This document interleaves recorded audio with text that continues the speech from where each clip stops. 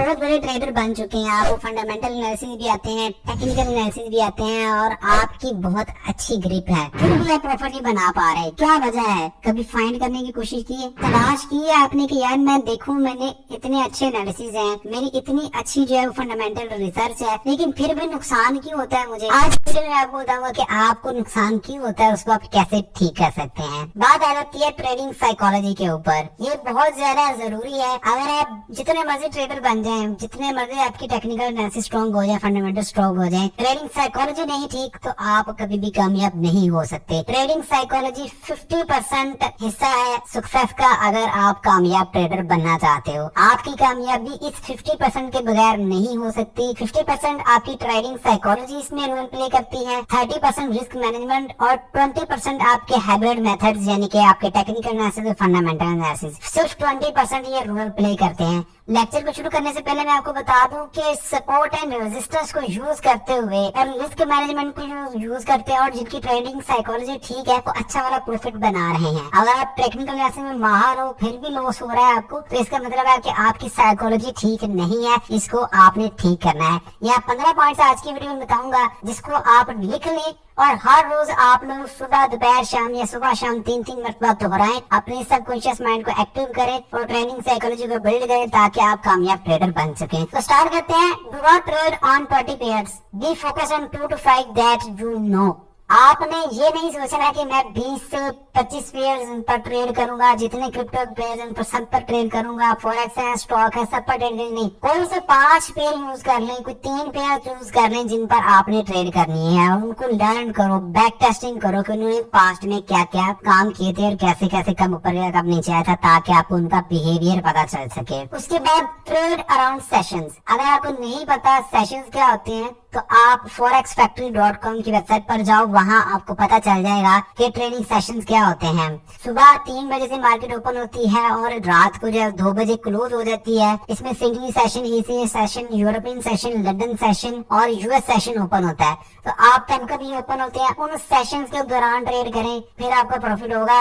अब आप लोगों को कहीं को पता ही नहीं था सेशंस क्या होते हैं, तो ये पॉइंट लाजमी नोट डाउन कर लें। forexfactory.com को जाकर जरा एक्सप्लोर करें, आपको पता चल जाएगा, वहाँ और भी बहुत सी चीजें आपको देखने को मिल जाएंगी। उसके बाद रिस्पेक्टिंग रिस्क मैनेजमेंट, ये बहुत ज्यादा जरूरी है। आपने रिस्क मैनेजमेंट को पूरे तरीके से लिखना है कि आप इसमें क्या करोगे। रिस्क मैनेजमेंट थोड़ा सा एक्सप्लेन कर देता हूँ कि रिस्क मैनेजमेंट में आपने 1 to 2% रिस्क लेना होता है पर ट्रेड। कि अगर आपके पास $1000 है तो आपने 1% रिस्क लेना है एक ट्रेड के ऊपर। इनके आपके $10 जाने चाहिए अगर आप $1000 का अकाउंट है आपके पास।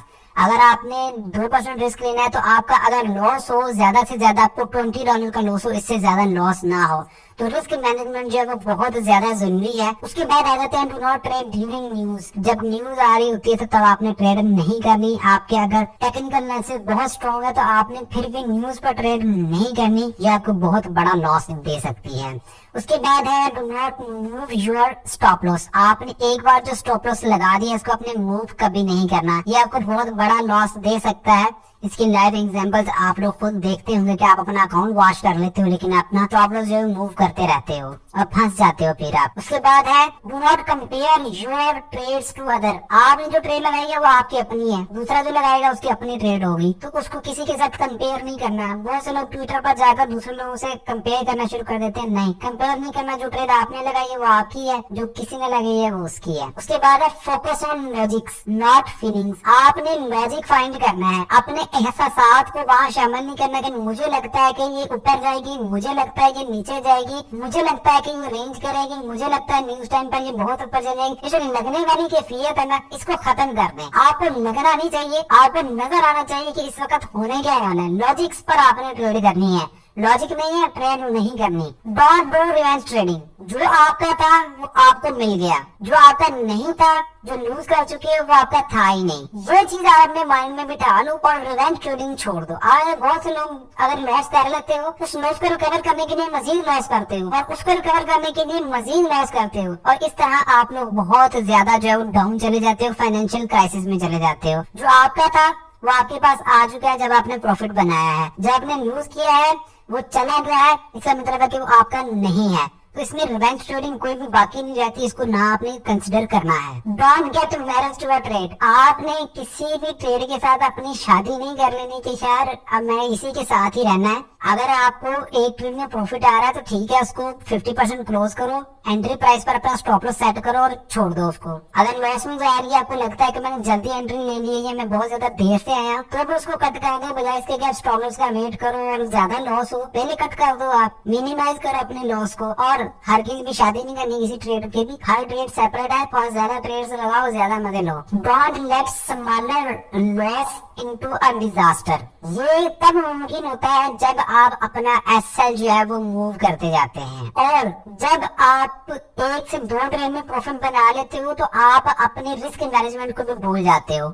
उसमें क्या होता है, जो स्मॉल रिस्क ले रहे होते हो उसको आप डिजास्टर में कन्वर्ट करते हो। जहाँ 1 to 2% रिस्क लेते हो, जब आपको 2 से 3 बार पर प्रॉफिट बन जाता है, आप ज्यादा रिस्क लेने की तरफ चलते हो, तो वही आपके स्मॉलर रिस्क बाद में एक डिजास्टर की तरफ जो कन्वर्ट होने शुरू हो जाते हैं। और फिर आपको ये भी नहीं समझ आ रही होती कि यार मेरी रिस्क मैनेजमेंट ठीक है, फिर भी लॉस हो ही जा रहा है, क्योंकि आप जो है वो उसको बाद में चेंज करना शुरू कर देते हो। Don't add to a losing trade. अगर आपकी कोई ट्रेड नुकसान में जा रही है तो बजाय इसके कि आप उसमें एक और ट्रेड ओपन कर दो, आप वेट करो उसके एसएल हिट होने का, या उसको हाफ में क्लोज कर दो। अब एक ट्रेड आपने बाय के लिए, मार्केट नीचे आई जा रही है, आप एक और बाय के ले लो, मार्केट उससे भी नीचे आई जा रही है, आप फिर एक बाय के ले लो। बजाय इसके कि आप 3 ओपन पोजीशन करो और तीनों में नुकसान हो, आप पहली ट्रेड को नुकसान में जा रही है कट कर दो, दोबारा से एनालिसिस करो और दोबारा से ट्रेड ले लो, नई ट्रेड उसमें शामिल करो, मजीद मार्जिन ऐड करी, जो ज्यादा नुकसान करने की बजाय आप सिंगल ट्रेड में क्लोज करके दोबारा से आप रिकवर कर लो। आपको कॉन्फिडेंस होना चाहिए कि यार अगर मैं इसको लॉस में कट कर रहा हूँ या मेरा स्टॉप लॉस हिट हो रहा है, नो प्रॉब्लम, मैं नेक्स्ट ट्रेड में इसको रिकवर करूंगा, सिंपल।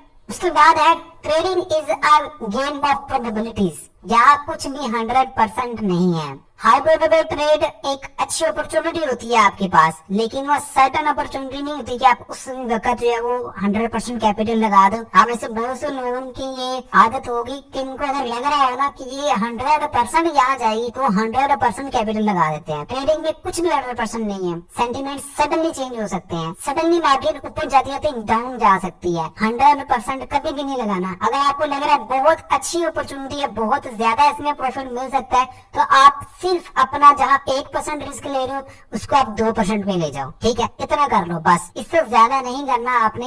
ये ना अगर 10% लगा दो, 20% लगा दो, नहीं। Trading is a game of probabilities. यहाँ कुछ भी 100% कभी भी नहीं होता। Risking higher on a single trade and thinking I am doing it only once. आप अगर ट्रेड लगाओ और सोचो कि यार ये मैं अपना हाई रिस्क ले लेता हूँ, मैं 50% लगाता हूँ, तो ये सिर्फ एक बार करूंगा, प्रॉफिट आ जाएगा, उसके बाद मैं छोड़ दूंगा, ये आपको गैम्बलिंग की आदत लगा देगा, आपको जुए की आदत लगा देगा। One big win can not make me, but one big loss can break me. आपको अगर एक बार प्रॉफिट अच्छा मिल भी गया तो आपकी लालच खत्म नहीं होगी, लेकिन अगर आपको एक बड़ा लॉस हो गया तो फिर आप क्या करोगे? अगर आपका अकाउंट ही बाकी नहीं रहेगा तो कभी भी छक्का लगाने की हमेशा नहीं सोचना कि मेरा छक्का लग जाए, कैच भी हो सकता है। तो इसलिए आपने गैम्बलिंग की आदत नहीं बनानी, आपने हमेशा स्मॉलर रिस्क लेने हैं, जो आपको पहले मैं सारा बता चुका हूँ। उसके बाद सेकंड लास्ट है I will learn from losing trade. मैंने नेक्स्ट ट्रेड तब तक नहीं लगानी जब तक मुझे